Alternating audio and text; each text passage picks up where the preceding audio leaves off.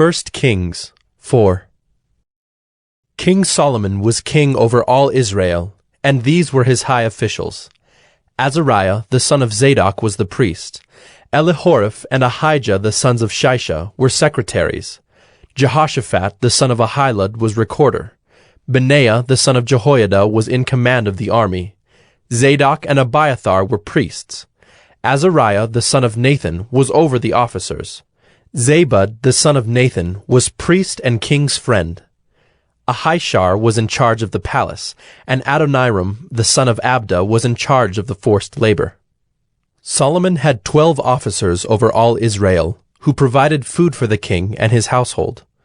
Each man had to make provision for 1 month in the year.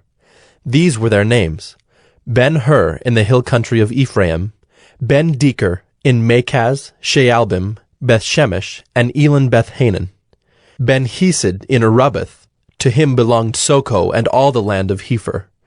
Ben-Abinadab in all Naphthdor, he had Taphath, the daughter of Solomon, as his wife. Baanah, the son of Ahilud, in Taanach, Megiddo, and all Bethshean that is beside Zarethan below Jezreel, and from Bethshean to Abel-Meholah, as far as the other side of Jokmeam. Ben-Geber in Ramoth-Gilead, he had the villages of Jair the son of Manasseh, which are in Gilead, and he had the region of Argob which is in Bashan, 60 great cities, with walls and bronze bars. Ahinadab the son of Iddo in Mahanaim, Ahimaaz in Naphtali, he had taken Basemath the daughter of Solomon as his wife. Baanah the son of Hushai in Asher and Bealoth. Jehoshaphat the son of Peruah in Issachar. Shimei the son of Elah in Benjamin. Geber the son of Uri in the land of Gilead, the country of Sihon king of the Amorites, and of Og king of Bashan. And there was one governor who was over the land. Judah and Israel were as many as the sand by the sea. They ate and drank and were happy. Solomon ruled over all the kingdoms, from the Euphrates to the land of the Philistines and to the border of Egypt. They brought tribute and served Solomon all the days of his life. Solomon's provision for 1 day was 30 cors of fine flour and 60 cors of meal, 10 fat oxen, and 20 pasture-fed cattle, 100 sheep, besides deer, gazelles, roebucks, and fattened fowl. For he had dominion over all the region west of the Euphrates, from Tiphsah to Gaza, over all the kings west of the Euphrates. And he had peace on all sides around him.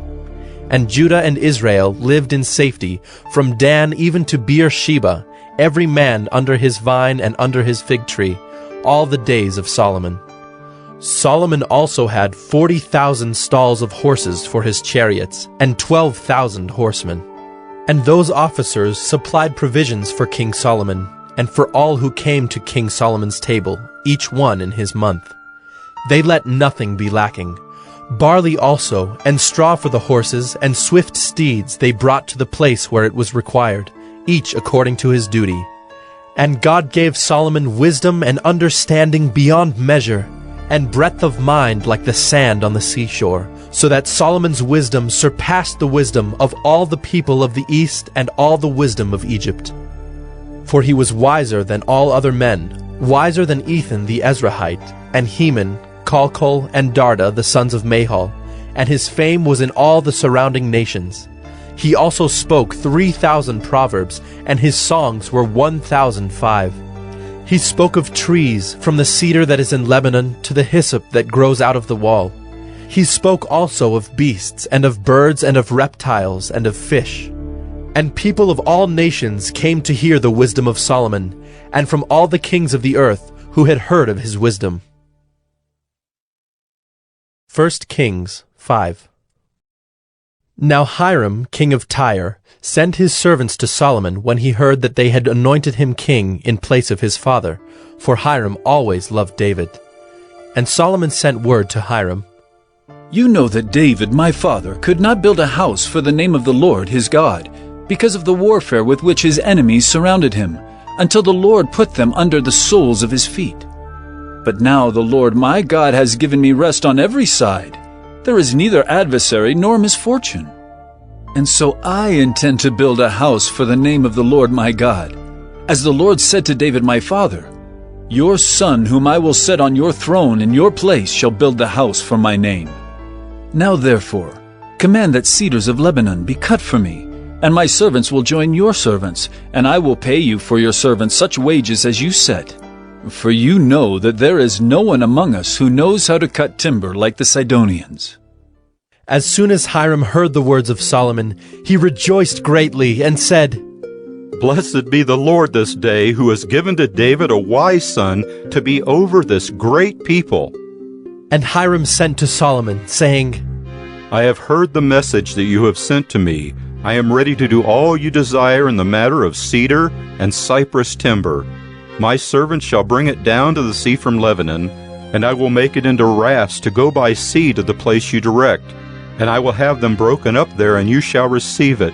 And you shall meet my wishes by providing food for my household. So Hiram supplied Solomon with all the timber of cedar and cypress that he desired, while Solomon gave Hiram 20,000 cores of wheat as food for his household, and 20,000 cores of beaten oil.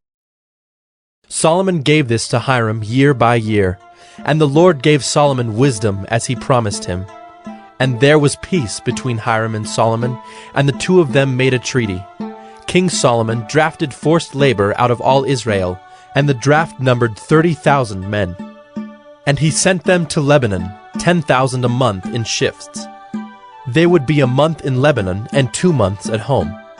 Adoniram was in charge of the draft. Solomon also had 70,000 burden-bearers and 80,000 stone-cutters in the hill country, besides Solomon's 3,300 chief officers who were over the work, who had charge of the people who carried on the work. At the king's command, they quarried out great costly stones in order to lay the foundation of the house with dressed stones. So Solomon's builders and Hiram's builders, and the men of G.O.D did the cutting, and prepared the timber and the stone to build the house. 1 Kings 6. In the 480th year after the people of Israel came out of the land of Egypt, in the 4th year of Solomon's reign over Israel, in the month of Ziv, which is the 2nd month, he began to build the house of the Lord. The house that King Solomon built for the Lord was 60 cubits long, 20 cubits wide, and 30 cubits high. The vestibule in front of the nave of the house was 20 cubits long, equal to the width of the house, and 10 cubits deep in front of the house. And he made for the house windows with recessed frames. He also built a structure against the wall of the house, running around the walls of the house, both the nave and the inner sanctuary. And he made side chambers all around. The lowest story was 5 cubits broad, the middle one was 6 cubits broad, and the third was 7 cubits broad. For around the outside of the house, he made offsets on the wall in order that the supporting beams should not be inserted into the walls of the house. When the house was built, it was with stone prepared at the quarry, so that neither hammer nor axe nor any tool of iron was heard in the house while it was being built. The entrance for the lowest story was on the south side of the house, and one went up by stairs to the middle story, and from the middle story to the third. So he built the house and finished it, and he made the ceiling of the house of beams and planks of cedar. He built the structure against the whole house 5 cubits high, and it was joined to the house with timbers of cedar. Now the word of the Lord came to Solomon.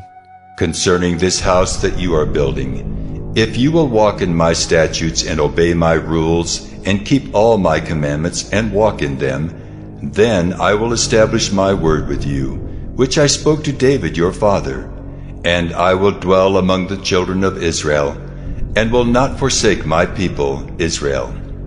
So Solomon built the house and finished it. He lined the walls of the house on the inside with boards of cedar. From the floor of the house to the walls of the ceiling, he covered them on the inside with wood, and he covered the floor of the house with boards of cypress. He built 20 cubits of the rear of the house with boards of cedar from the floor to the walls, and he built this within as an inner sanctuary, as the most holy place. The house, that is the nave in front of the inner sanctuary, was 40 cubits long. The cedar within the house was carved in the form of gourds and open flowers. All was cedar. No stone was seen. The inner sanctuary he prepared in the innermost part of the house, to set there the ark of the covenant of the Lord. The inner sanctuary was 20 cubits long, 20 cubits wide, and 20 cubits high, and he overlaid it with pure gold. He also overlaid an altar of cedar. And Solomon overlaid the inside of the house with pure gold, and he drew chains of gold across in front of the inner sanctuary, and overlaid it with gold. And he overlaid the whole house with gold, until all the house was finished. Also, the whole altar that belonged to the inner sanctuary he overlaid with gold. In the inner sanctuary he made 2 cherubim of olive wood, each 10 cubits high. 5 cubits was the length of one wing of the cherub, and 5 cubits the length of the other wing of the cherub. It was 10 cubits from the tip of one wing to the tip of the other. The other cherub also measured 10 cubits. Both cherubim had the same measure and the same form. The height of one cherub was 10 cubits, and so was that of the other cherub. He put the cherubim in the innermost part of the house, and the wings of the cherubim were spread out so that a wing of one touched the one wall, and a wing of the other cherub touched the other wall. Their other wings touched each other in the middle of the house. And he overlaid the cherubim with gold. Around all the walls of the house he carved engraved figures of cherubim, and palm trees and open flowers in the inner and outer rooms. The floor of the house he overlaid with gold in the inner and outer rooms. For the entrance to the inner sanctuary he made doors of olive wood. The lintel and the doorposts were 5-sided. He covered the 2 doors of olive wood with carvings of cherubim, palm trees, and open flowers. He overlaid them with gold, and spread gold on the cherubim and on the palm trees. So also he made for the entrance to the nave doorposts of olive wood in the form of a square, and 2 doors of cypress wood. The 2 leaves of the one door were folding, and the 2 leaves of the other door were folding. On them he carved cherubim and palm trees and open flowers, and he overlaid them with gold evenly applied on the carved work. He built the inner court with 3 courses of cut stone and 1 course of cedar beams. In the 4th year the foundation of the house of the Lord was laid, in the month of Ziv. And in the 11th year, in the month of B.I.L.E, which is the 8th month, the house was finished in all its parts and according to all its specifications. He was 7 years in building it. 1 Kings 7. Solomon was building his own house 13 years, and he finished his entire house. He built the house of the forest of Lebanon. Its length was 100 cubits, and its breadth 50 cubits, and its height 30 cubits, and it was built on 4 rows of cedar pillars, with cedar beams on the pillars. And it was covered with cedar above the chambers that were on the 45 pillars, 15 in each row. There were window frames in 3 rows, and window opposite window in 3 tiers. All the doorways and windows had square frames, and window was opposite window in 3 tiers. And he made the hall of pillars. Its length was 50 cubits, and its breadth 30 cubits. There was a porch in front with pillars, and a canopy in front of them. And he made the hall of the throne where he was to pronounce judgment, even the hall of judgment. It was finished with cedar from floor to rafters. His own house where he was to dwell, in the other court back of the hall, was of like workmanship. Solomon also made a house like this hall for Pharaoh's daughter whom he had taken in marriage. All these were made of costly stones, cut according to measure, sawed with saws back and front, even from the foundation to the coping, and from the outside to the great court. The foundation was of costly stones, huge stones, stones of 8 and 10 cubits, and above were costly stones, cut according to measurement, and cedar. The great court had 3 courses of cut stone all around, and a course of cedar beams. So had the inner court of the house of the Lord and the vestibule of the house. And King Solomon sent and brought Hiram from Tyre. He was the son of a widow of the tribe of Naphtali, and his father was a man of Tyre, a worker in bronze. And he was full of wisdom, understanding, and skill for making any work in bronze.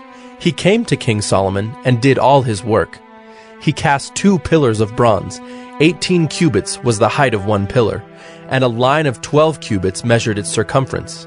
It was hollow, and its thickness was 4 fingers. The second pillar was the same. He also made 2 capitals of cast bronze to set on the tops of the pillars. The height of the one capital was 5 cubits, and the height of the other capital was 5 cubits. There were lattices of checkerwork with wreaths of chainwork for the capitals on the tops of the pillars, a lattice for the one capital, and a lattice for the other capital. Likewise, he made pomegranates in 2 rows around the one lattice work to cover the capital that was on the top of the pillar, and he did the same with the other capital. Now the capitals that were on the tops of the pillars in the vestibule were of lily work, 4 cubits. The capitals were on the 2 pillars and also above the rounded projection which was beside the lattice work. There were 200 pomegranates in 2 rows all around, and so with the other capital. He set up the pillars at the vestibule of the temple. He set up the pillar on the south and called its name Jachin, and he set up the pillar on the north and called its name Boaz. And on the tops of the pillars was lily work. Thus the work of the pillars was finished. Then he made the sea of cast metal. It was round, 10 cubits from brim to brim, and 5 cubits high, and a line of 30 cubits measured its circumference. Under its brim were gourds for 10 cubits, compassing the sea all around. The gourds were in 2 rows, cast with it when it was cast. It stood on 12 oxen, 3 facing north, 3 facing west, 3 facing south, and 3 facing east. The sea was set on them, and all their rear parts were inward. Its thickness was a handbreadth, and its brim was made like the brim of a cup, like the flower of a lily. It held 2,000 baths. He also made the 10 stands of bronze. Each stand was 4 cubits long, 4 cubits wide, and 3 cubits high. This was the construction of the stands. They had panels, and the panels were set in the frames. And on the panels that were set in the frames were lions, oxen, and cherubim. On the frames, both above and below the lions and oxen, there were wreaths of beveled work. Moreover, each stand had 4 bronze wheels and axles of bronze, and at the 4 corners were supports for a basin. The supports were cast with wreaths at the side of each. Its opening was within a crown that projected upward 1 cubit. Its opening was round as a pedestal is made, 1.5 cubits deep. At its opening there were carvings, and its panels were square, not round. And the 4 wheels were underneath the panels. The axles of the wheels were of one piece with the stands, and the height of a wheel was 1.5 cubits. The wheels were made like a chariot wheel. Their axles, their rims, their spokes, and their hubs were all cast. There were 4 supports at the 4 corners of each stand. The supports were of one piece with the stands. And on the top of the stand there was a round band 1/2 cubit high. And on the top of the stand its stays and its panels were of one piece with it. And on the surfaces of its stays and on its panels he carved cherubim, lions, and palm trees according to the space of each, with wreaths all around. After this manner he made the 10 stands. All of them were cast alike, of the same measure and the same form. And he made 10 basins of bronze. Each basin held 40 baths. Each basin measured 4 cubits, and there was a basin for each of the 10 stands. And he set the stands, 5 on the south side of the house, and 5 on the north side of the house. And he set the sea at the southeast corner of the house. Hiram also made the pots, the shovels, and the basins. So Hiram finished all the work that he did for King Solomon on the house of the Lord. The 2 pillars, the 2 bowls of the capitals that were on the tops of the pillars, and the 2 lattice works to cover the 2 bowls of the capitals that were on the tops of the pillars. And the 400 pomegranates for the 2 lattice works, 2 rows of pomegranates for each lattice work, to cover the 2 bowls of the capitals that were on the pillars, the 10 stands and the 10 basins on the stands, and the 1 sea and the 12 oxen underneath the sea. Now the pots, the shovels, and the basins, all these vessels in the house of the Lord, which Hiram made for King Solomon, were of burnished bronze. In the plain of the Jordan the king cast them, in the clay ground between Succoth and Zarethan. And Solomon left all the vessels unweighed, because there were so many of them. The weight of the bronze was not ascertained. So Solomon made all the vessels that were in the house of the Lord, the golden altar, the golden table for the bread of the presence, the lampstands of pure gold, 5 on the south side and 5 on the north, before the inner sanctuary, the flowers, the lamps, and the tongs of gold, the cups, snuffers, basins, dishes for incense, and fire pans of pure gold, and the sockets of gold for the doors of the innermost part of the house, the most holy place, and for the doors of the nave of the temple. Thus all the work that King Solomon did on the house of the Lord was finished. And Solomon brought in the things that David his father had dedicated, the silver, the gold, and the vessels, and stored them in the treasuries of the house of the Lord.